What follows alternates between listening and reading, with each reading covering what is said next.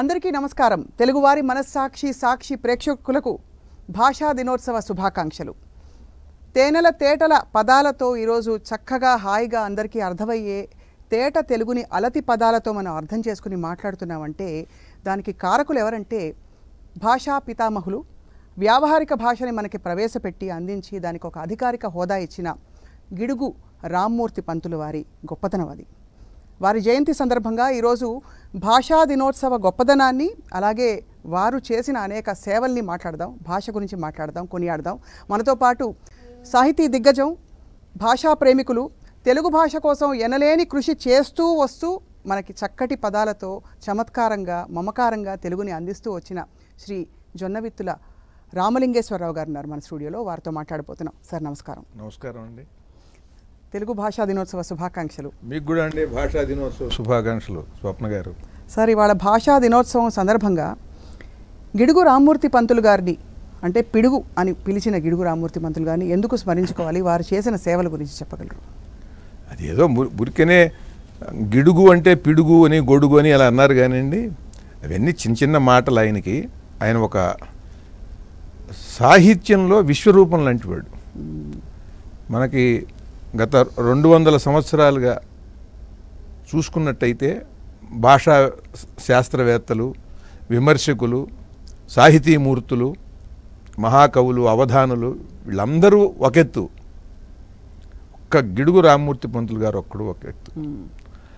ఆయనకున్నటువంటి పట్టుదల అది ఇక మరెవ్వరికీ లేదని చెప్పాలి. అంత పట్టుదల. తాను ఏది నమ్మాడో అది చేసి కొంతమంది విజయం సాధిస్తారు, దాంట్లో సాధించరు. ఈయన అట్లా కాదు. తనని వ్యతిరేకించిన వాళ్ళందరినీ కూడా ఒప్పించి మెప్పించి వాళ్ళతో జేజేలు పలికించుకున్నటువంటి వాడు. ఒక 20 సంవత్సరాల కిందట ఆయన రాజమండ్రి వెళ్ళి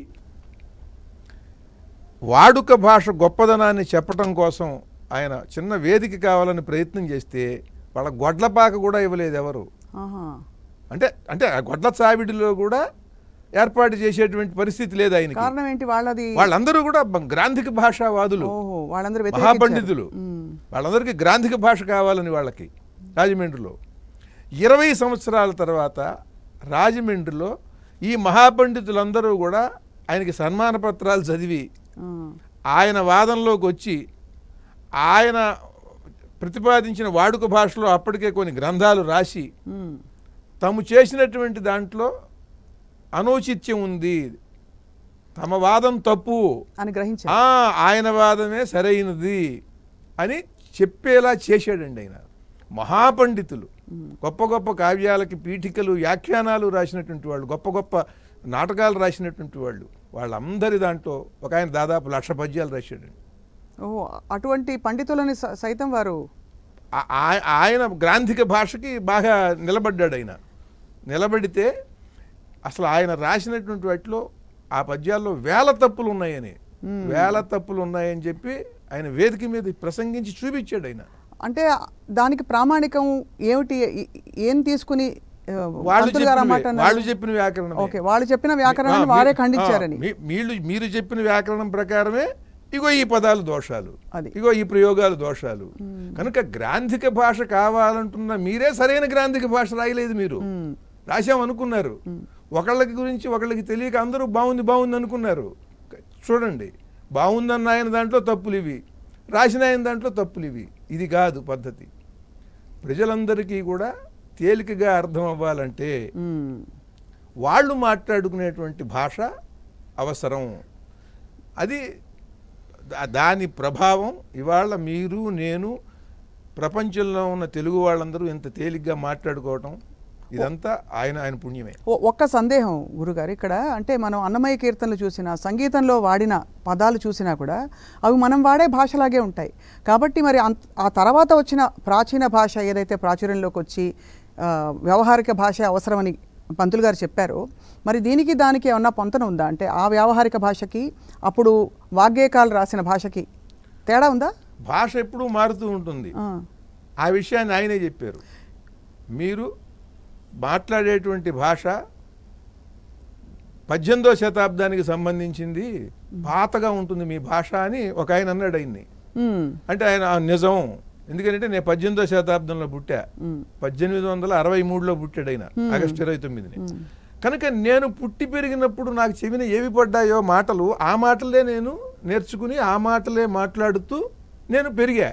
నిజమే, నా భాషలో సహజంగా ఉంటాయి.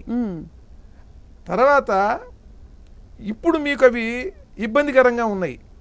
ఇప్పుడు మాట్లాడేటువంటి వాళ్ళ భాష కూడా వాళ్ళ పిల్లలు వాళ్ళ మనవలు వచ్చేటప్పటికి వాళ్ళకి కూడా పాత భాషలాగా పాత వాసనతో ఉంటుంది, కానీ వాడికి అర్థం అవుతుంది, దాంట్లో ఏం ఇబ్బంది లేదు కదా అన్నాడు. శ్రీరాములు గారు చాలా చక్కగా రాశారండి. అస్సే చూషివషే ఉషే చెవుడషే అశ్లాగషే ఏమిషే విసావజ్జుల వారి బురినష ఆ విసాయి కిషారుషే విసండంతటి వాడే ఏండ్లు 10షే 1000 ఏండ్లకి ఈడేనుషే అసే బుర్రికి ఈడషే వయసు దేముంచుందిలే మంచి వర్చస్సే ఎందురు శ్రోత్రియోత్తమ కుల స్త్రీల ఆంధ్రదేశంబునందని ఆయన ఈ బ్రాహ్మణ స్త్రీలు ఎలా మాట్లాడుకుంటూ ఉంటారు అనేది 18వ శతాబ్దంలో రాశాడు ఆయన కూడా. మనకు ఒక 120 ఏళ్ల కింద 130 ఏళ్ల కిందట రాసిన పద్యాలు ఇవి. అప్పట్లో అసే ఉషే ఇలా ఉండేవి పదాలు, ఇలా ఉండేవి. అట్లాగే ఇప్పుడు ఉమామహేశ్వరరావు ఉమాయి అంటారు, ఇప్పుడు రమాదేవి అనే అమ్మాయిని రమాయి అంటారు. ఇప్పుడు అవి లేవుగా, లేవు. అలా భాష ఎప్పుడు ఒక్కొక్క తరంలో ఒక్కొక్క రకంగా ఉంటుంది. కనుక అంటే వాగ్గేయకారులు ఉన్న సమయంలో అన్నమయ్య, త్యాగరాజస్వామి వీళ్ళందరూ ఉన్న సమయంలో వాడిన భాష తర్వాత రూపాంతరం చెంది ఆ తర్వాత మళ్ళీ వ్యవహారిక భాషలోకి వచ్చింది. గిడుగు రామ్మూర్తి పంతులు వారి గిడుగు రామ్మూర్తి పంతులు గారి వల్ల ఏమైందంటే కావ్య భాషలో మాట్లాడటం, గ్రాంధికమైన భాషలో మాట్లాడటం, ఇది చాలా గొప్పగా పరిగణింపబడుతూ ఉండేది. అంటే ఇప్పుడు ఉదాహరణకి ఇంగ్లీష్లో మాట్లాడటం. ఇప్పుడు ఇంగ్లీష్లో మీరు చూడండి, ముఖాముఖి ఇంటర్వ్యూలు చేస్తున్నప్పుడు ఒక 3-4 వాక్యాలు ఇంగ్లీష్లో మాట్లాడి నేనేంటంటే ఐ మీన్ అంటూ మళ్ళీ మొదలెడతాడు. ఇట్లా అక్కడక్కడ తెలుగు పదాలు మాట్లాడుతూ, ఇది అట్లా ఇవాళ ఫ్యాషను. వాళ్ళ గ్రాంధిక భాషలో మాట్లాడటం అది బాగా ఒక టీవీ అనమాట, ఒక దర్పం, ఒక గొప్పదనం అనమాట. వాళ్ళ గొప్పదనం, వాడి స్వాభిమానాన్ని, వాడి యొక్క ప్రత్యేకతని తెలియజేసేది ఆ రోజున. దానివల్ల తెలుగువాడికి సరిగ్గా తెలియట్లేదురా భావం. కనుక అందరికీ కూడా జ్ఞానం మొట్టమొదటి ఏంటంటే భాష ప్రయోజనం ఏంటంటే జ్ఞానం అందటం, విద్య ప్రయోజనం జ్ఞానం అందటం. అది ఈ భాషతో పనికిరాదు, అది వాళ్ళ భాషలో చెప్పాలి. ఆ భాష చివరికి ఏంటంటే సవరల భాష, వాళ్ళు ఎక్కడో అడవుల్లో ఉండేటువంటి వాళ్ళు, వాళ్ళకి ఈ తెలుగు ఎందుకు నేర్పడం? వాళ్ళకి ఒక ప్రత్యేకమైన భాష ఉంది కదా, ఆ భాష అంతరించిపోతుంది కదా వాళ్ళు కనుక దీంట్లో నేర్చుకుంటే. అందుకని వాళ్ళ భాషకి లిపి ఈయన ఏర్పాటు చేసి ఆ భాషకి వ్యాకరణ సూత్రాలు, అది అంతరించిపోకుండా దానికి వ్యాకరణ సూత్రాలు ఏర్పాటు చేసి వ్యాకరణం రాసి, మళ్ళీ ఆ భాష ఎవడన్నా నేర్చుకుని దాని మీద పరిశోధన చేయడానికి ఈయనతోనే అంతమైపోకుండా తెలుగు సవర భాషల నిఘంటువు రాశాడు. అలాగే ఇంగ్లీషు సవర భాషలు, వీటికి నిఘంటువులు రాశాడు. అలా ఆ సవరల్ని తన ఇంట్లో పెట్టుకుని వాళ్ళ దగ్గర నుంచి ఆ పదాలు తెలుసుకుంటూ వాళ్ళకి భోజనాలు ఇవి ఏర్పాటు చేసి వాళ్ళకి డబ్బులు ఇచ్చి తను నేర్చుకుని చేశాడండి ఆ రోజుల్లో. ఎంత గొప్ప మాట అంటే అంతమంది దిగ్గజాలతో ఆయన పోరాడి వాళ్ళని ఓడించి, మనం ఆ మాట అనకూడదు, ఎందుకంటే మన గౌరవనీయులు మహామహులు గనక వాళ్ళు ఆ రోజునున్నటువంటి మహామహా పండితులు సాహితీమూర్తులు అందరి కవిత్వంలోనూ తప్పులు పట్టుకున్నాడండి. గ్రాంధిక భాష గొప్పది అన్నవాడి ప్రతి సాహిత్యంలోనూ ఇన్ని తప్పులు ఉన్నాయని చెప్పాడు. చెప్పి వాళ్ళని ఒప్పించాడు. ఇది ఎంత గొప్పది, సామాన్యుడికి ఇది చేరవలసిన అవసరం ఎంత ఉన్నది అని ఆయన బాగా దాని మీద పోరాడాడు.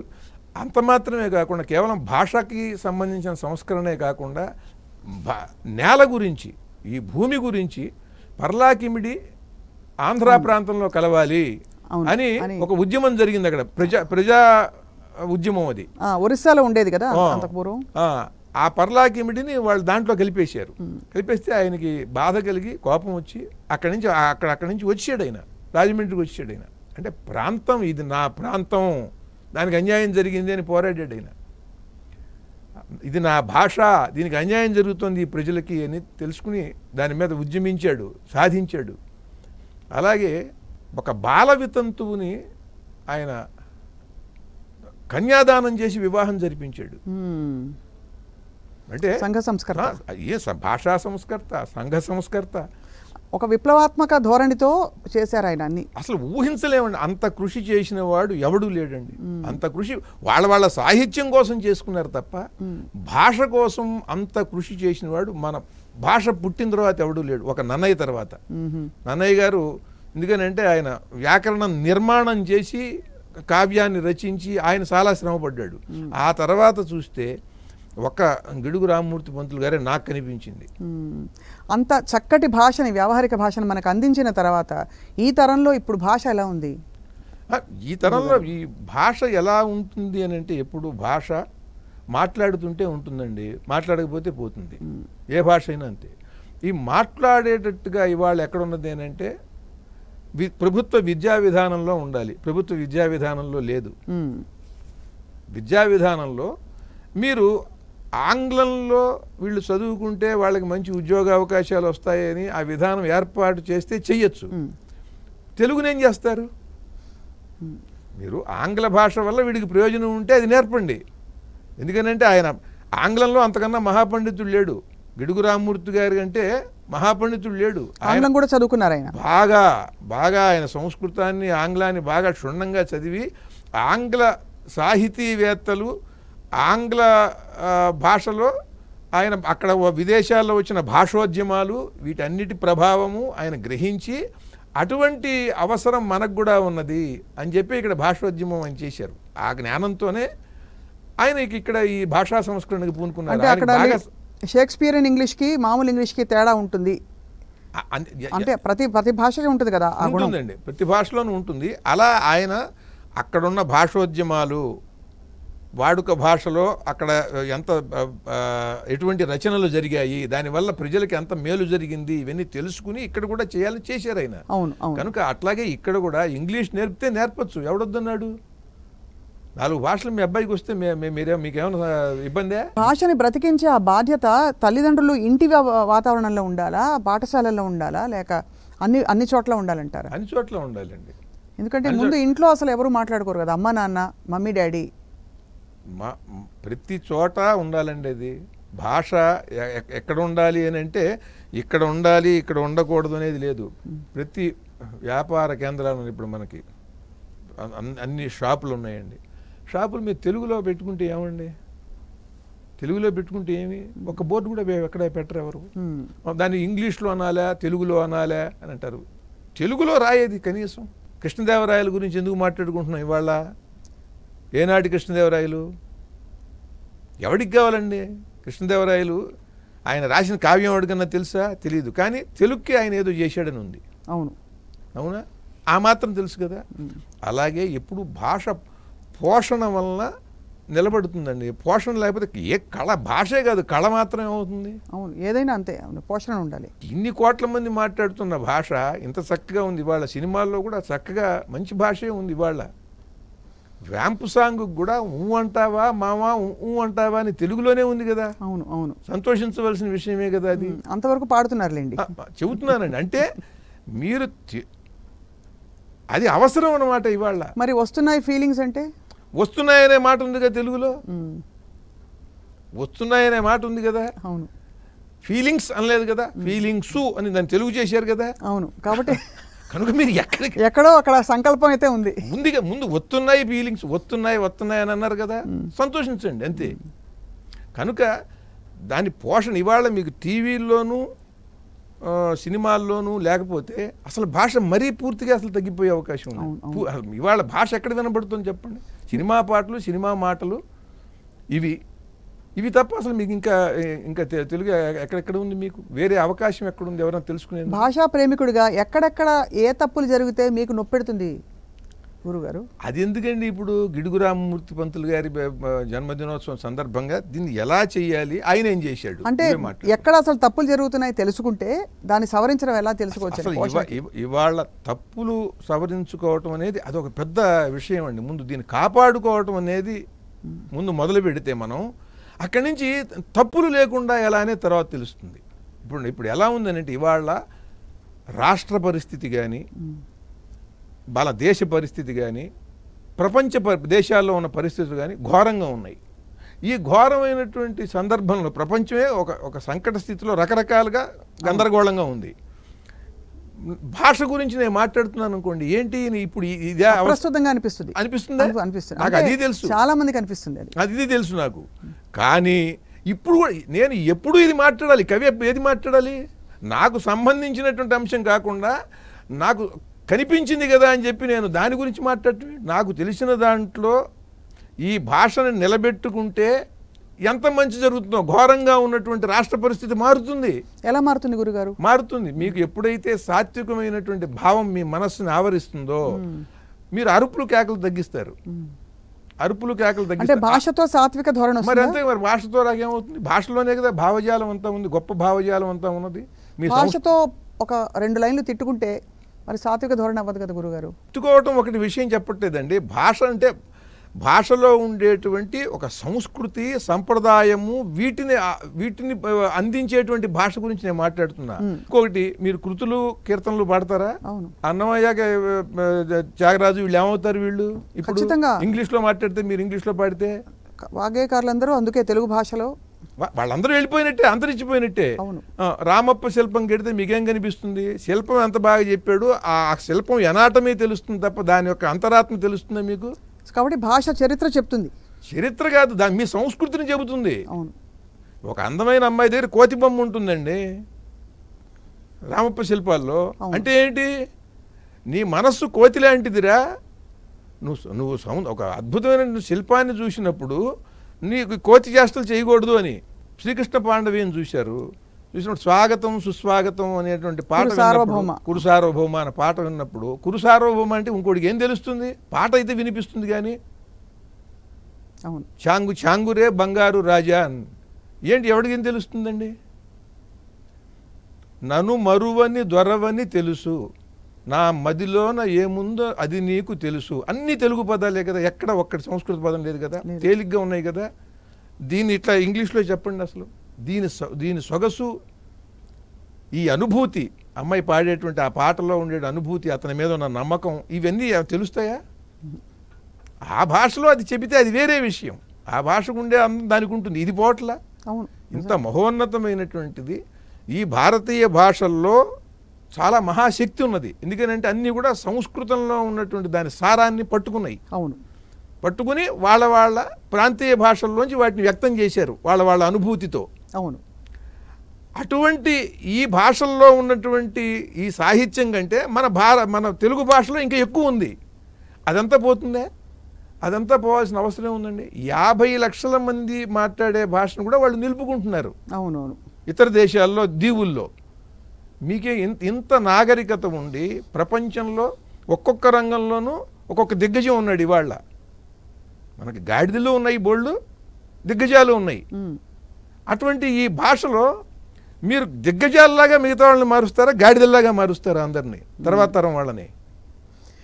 అంటే నిజానికి మీరు అన్నట్టు ఈరోజు భాష, తెలుగు భాషలో వారి పేరు రాసుకుని చిరునామా రాసుకోమంటే కూడా లేదు. వాళ్ళ ఇంటి పేరు, వాళ్ళ పేరు తెలుగులో రాయమంటే రాయలేని వాళ్ళు చాలామంది ఉన్నారు. అందుకని నేనంటే ఒక సంవత్సరానికి కొన్ని లక్షల మంది విద్యార్థులు చదువుకుని సమాజంలోకి వస్తారు. వాళ్ళు మాతృభాషలో చదువుకున్నప్పుడు మీలాంటి యాంకర్లు, అద్భుతమైనటువంటి గాయనీమణులు, రచయితలు వీళ్ళందరూ కూడా తెలుగుతో వస్తారండి. ఇలాంటి ఛానల్స్లో చక్కగా మంచి తెలుగు వినబడుతుంది. వీళ్ళందరూ ఇక్కడ తెలుగులో చదువుకోకుండా వాళ్ళు ఇంగ్లీష్లో చదువుకుని వస్తే ఏం మాట్లాడతారు? రెండోది, ఇప్పుడు నరసింహ సినిమా వచ్చింది, మహావతార నరసింహ. అది తెలుగులో అనువాదం చేశారు. ఆ అనువాద రచయితలు బాగుపడ్డారా? వాళ్ళకు రూపాయి వచ్చిందే? ఆ డబ్బింగ్ కళాకారులు ఉన్నారు, వాళ్ళు కంఠ స్వరం వాళ్ళు కూడా రూపాయి సంపాదించుకున్నారు కదా. అది ఇంగ్లీష్లోనే, మీ అందరికీ ఇంగ్లీష్ వచ్చేసి పిల్లలందరికీ ఇంగ్లీష్లోనే దాన్ని విడుదల చేశారనుకోండి, మీకు ఏమవుతుంది? ఈ భాషా సౌందర్యము పోవటంతో పాటు మీకు ఆర్థికంగా కూడా నష్టపోతుంది జాతి. అంటే భాష అంటే పలు రకాలుగా అందరికీ మేలు చేసి అందరినీ కలిపే ఒక సాధనం. అది మాత్రమే కాకుండా మీకు ఆర్థికంగా భాష వల్ల ఎక్కువగా లాభం ఉన్నది. ఇది తెలియట్లేదు ప్రభుత్వాలకి. ఆర్థికంగా కూడా ఇది మాత్రమే కాకుండా ఆర్థికంగా మీకు 18,000 కోట్ల నుండి 20,000 కోట్ల రూపాయలు సినిమా పరిశ్రమ మీద వస్తున్నాయండి. అందుకని అమ్మ భాషతో ఆర్థికమైనటువంటి పురోగతి ఉన్నది. అమ్మ భాషతో ఒక ఆత్మీయమైనటువంటి సంబంధాలు, అమ్మ భాషతో వాడికి ఇది నా జాతి, ఇది నా నేల, ఇది నా అస్తిత్వం అనేటువంటి భావం కలిగి ఐకమత్యం ఉంటుంది. అప్పుడేంటి ఒక నాయకుడు ఏదైనా దెబ్బతిన్నా కూడా ఆ నాయకుడిని కలిపేది ఏమిటి? ఉత్తరాంధ్రలో ఒక భాష, రాయలసీమలో ఒక భాష, నెల్లూరు భాష ఒక రకంగా ఉంటుంది, గోదావరి జిల్లాల భాష ఒక రకంగా ఉంటుంది, కోస్తా జిల్లాల భాష ఒక రకంగా ఉంటుంది. వీళ్ళందరూ ఎవరికి వాళ్ళు మా భాష వేరు, మా ప్రత్యేకత వేరు అని అంటే ఒక నాయకుడిని ఎలా బలపరుస్తారు? అందరూ కలిసికట్టుగా ఒకచోట కలిసేది భాషతో. కనుక ఐకమత్యాన్ని కలిగిస్తోంది, ఆర్థికాభివృద్ధిని కలిగిస్తుంది. అట్లాగే ఇది నా అస్తిత్వము అని తన సంస్కృతిని, సంప్రదాయాన్ని నిలుపుకుని ముందుకెళ్ళటానికి అది ఉపకరిస్తుంది. కనుక భాషని కనుక వదులుకుంటే, భాషని వదిలేసినటువంటి నాయకులు వాళ్ళు చరిత్రలో మిగలరు. ఇది మీరు రాసుకోండి. ఎంతోమంది యుద్ధాలు చేస్తారు, అనేకం సాధిస్తారు, కానీ వాళ్ళెవ్వళ్ళు కూడా రాజులు నిలబడలా. భాషా పోషకుడు అయినటువంటి కృష్ణదేవరాయలు నిలబడ్డాడు. తప్పకుండా దాంతోపాటు మనకి మీరు అన్నట్టుగా ఆంగ్ల భాష కూడా అవసరం. వద్దని ఎవడన్నాడండి? ఒకటే ఉండాలని ఎక్కడ రూల్ లేదుగా. హిందీ నేర్చుకోండి, ఆంగ్లం నేర్చుకోండి, మీకు ఏమైనా పిల్లలు కావాలంటే చూడండి, సంస్కృతి నేర్చుకునే వాళ్ళు ఉన్నారు ఇవాళ రామకృష్ణ మిషన్లో. ఏంటి జర్మన్ వెళ్ళేవాడు జర్మన్ భాష నేర్చుకుంటాడు, సంస్కృతి నేర్చుకుంటాడు ఇవాళ. కానీ అమ్మని మర్చిపోవద్దు. ఇప్పుడు ఎట్లా ఉందంటే మా అమ్మ చాలా గొప్పది, మా అమ్మ చాలా గొప్పది అని అమ్మకి అన్నం పెట్టడండి ఎవడు. మా అమ్మకి అన్నం పెట్టడు, అమ్మని పట్టించుకోడు, వృద్ధాశ్రమంలో ఉంటుంది, వదిలేస్తారు. మా అమ్మ చాలా గొప్పదండి, మా అమ్మ కలిపి పెట్టేదండి అసలు ఆ పెరుగన్నం, మా అమ్మ ఆవకాయ చేసేదండి, మా అమ్మ వంట చేసేదండి అని చెప్పుకుంటూ ఉంటాడు అవతల వాడికి. ఎలా ఉంటుంది? అమ్మకి అన్నం పెట్టడు. ఇవాళ తెలుగు అమ్మ పరిస్థితి ఎలా ఉంది? అందుకని ఇవాళ తెలుగులో ఉన్న గ్రాంధిక భాష కూడా వద్దురా, సామాన్యులకి అర్థమయ్యేలాగా మాట్లాడండిరా అని చెప్పి ఇవాళ ఇన్ని లక్షల్లో పత్రికలు అమ్ముడుపోతున్నాయంటే, ఇన్ని లక్షల పుస్తకాలు ప్రచురణ చేస్తున్నారనంటే, ఇంత చక్కగా తేలిగ్గా మాట్లాడుకుంటున్నారంటే దానికి కారణమైనటువంటి మహానుభావుడు, మహాత్ముడు గిడుగు రామ్మూర్తి గారి పుట్టినరోజున ఇవాళ మనం ఈ భాషా దినోత్సవం చేసుకుంటున్నాం. ఈ భాషా దినోత్సవాన్ని ఈయన పుట్టినరోజున చేయాలని కూడా చేసింది రాజశేఖర రెడ్డి గారు. అవును, ఏబీకే ప్రసాద్ గారు అధికార భాషా సంఘం అధ్యక్షుడిగా ఉన్నప్పుడు దీన్ని మార్చారు. గిడుగు రామ్మూర్తి పంతులు గారి జన్మదినోత్సవాన్ని భాషా దినోత్సవం చేయాలని. అలా ఆ మహానుభావుణ్ణి స్మరించుకుంటూ ఎవడు వింటాడంటే వినేవాడు వింటాడు. ఎవడు ఏదన్నా చూడండి అంతే. మీకు ఒకే ఉదాహరణ చెప్తాను నేను చివరికి. ఇప్పుడు మీరు ఆ చాదరఘాట్ నుంచి మలకపేట వెళ్తూ ఉంటారు, అక్కడి నుంచి ఆ మూసీ నది డ్రైనేజ్ వచ్చి ముక్కులు పగిలిపోయేటువంటి భయంకరమైన దుర్వాసన. అక్కడ మీరు చూడండి సాయంత్రం 5 ఆ ప్రాంతంలో మల్లెపూల బుట్టలతో కూర్చుని ఉంటారండి, ఇటొక 6 అటొక 6 ఆ ఫుట్పాత్ మీద. ఈ దుర్గంధం ఏమిటి? ఈ సుగంధాన్ని ఇచ్చే ఈ పూలు అమ్ముకోవటం ఏంటి? వాళ్ళకి అక్కడ అమ్ముడుపోతుందిగా. కనుక ఇంత దుర్గంధ భూయిష్టంగా ఉన్న ఈ సమాజంలో కూడా మంచి మాట, మంచి భాష, అదే దానికోసం మనం మా మల్లెపూల బుట్ట పట్టుకుని వచ్చాం. మనం కావాల్సినట్టు తీసుకెళ్తాడు. మీ మల్లెపూల బుట్టలోంచి ఒక దండ మా ప్రేక్షకులకి ఇవ్వాలని కోరుకుంటున్నాం. ఒక పాట కానీ తెలుగుపై మీరు రాసిన ఒక మంచి గేయము, పద్యము. తెలుగోళ్ళము పిడుగులతో చెడుగుడాడు పిలగాళ్ళము, మేం తెలుగోళ్ళము పిడుగులతో చెడుగుడాడు పిలగాళ్ళము, తెలుగు తల్లి పిల్లల్లో మనగాళ్ళము, తెలుగంటే మేమంతా దాసోహము అన్నో. తెలుగోళ్ళము పిడుగులతో చెడుగుడాడు పిలగాళ్ళము, మా ఇంటి భాష తెలుగు, మా కంటి వెలుగు తెలుగు, మా బతుకు శ్వాస తెలుగు, మా ఎన్ను పూస తెలుగు, మా తెలివంతా తెలుగు, మా బలమంతా తెలుగు, మా తనువంతా తెలుగు, మా మనసంతా తెలుగు, ఎప్పుడు మా గుండె సప్పుడు తెలుగోళ్ళము పిడుగులతో చెడుగుడాడు పిలగాళ్ళము, భరతమాత పిల్లల్లో మనగాళ్ళము, తెలుగంటే మేమంతా దాసోహము అన్నో తెలుగోళ్ళం తెలుగోళ్ళం తెలుగోళ్ళము పిడుగులతో చెడుగుడాడు పిలగాళ్ళము మా ఆయుధం తెలుగు మా అమృతం తెలుగు మా పూజలన్నీ తెలుగు మా పుణ్యమంత తెలుగు మా కృతం జన్మ తెలుగు మాకొచ్చే జన్మ తెలుగు మా స్వర్గమైన మోక్షమైన తెలుగు తెలుగు తెలుగు తెలుగు తెలుగోళ్ళం తెలుగోళ్ళం తెలుగోళ్ళము పిడుగులతో చెడుగుడాడు పిలగాళ్ళము మేం పిడుగులతో చెడుగుడాడు పిలగాళ్ళము. జై తెలుగు. జై తెలుగు. మీకు నమస్కారాలు జొన్నవిత్తుల రామలింగేశ్వరరావు గారు. గిడుగు రామమూర్తి పంతులు గారికి నమస్కారం. ఇవాళ అద్భుతమైన మీ మాట వినిపించినందుకు, మళ్ళీ చక్కటి తెలుగు ప్రతిధ్వనించింది ఇవాళ మా స్టూడియోలో. మీకు ధన్యవాదాలు. నమస్కారం.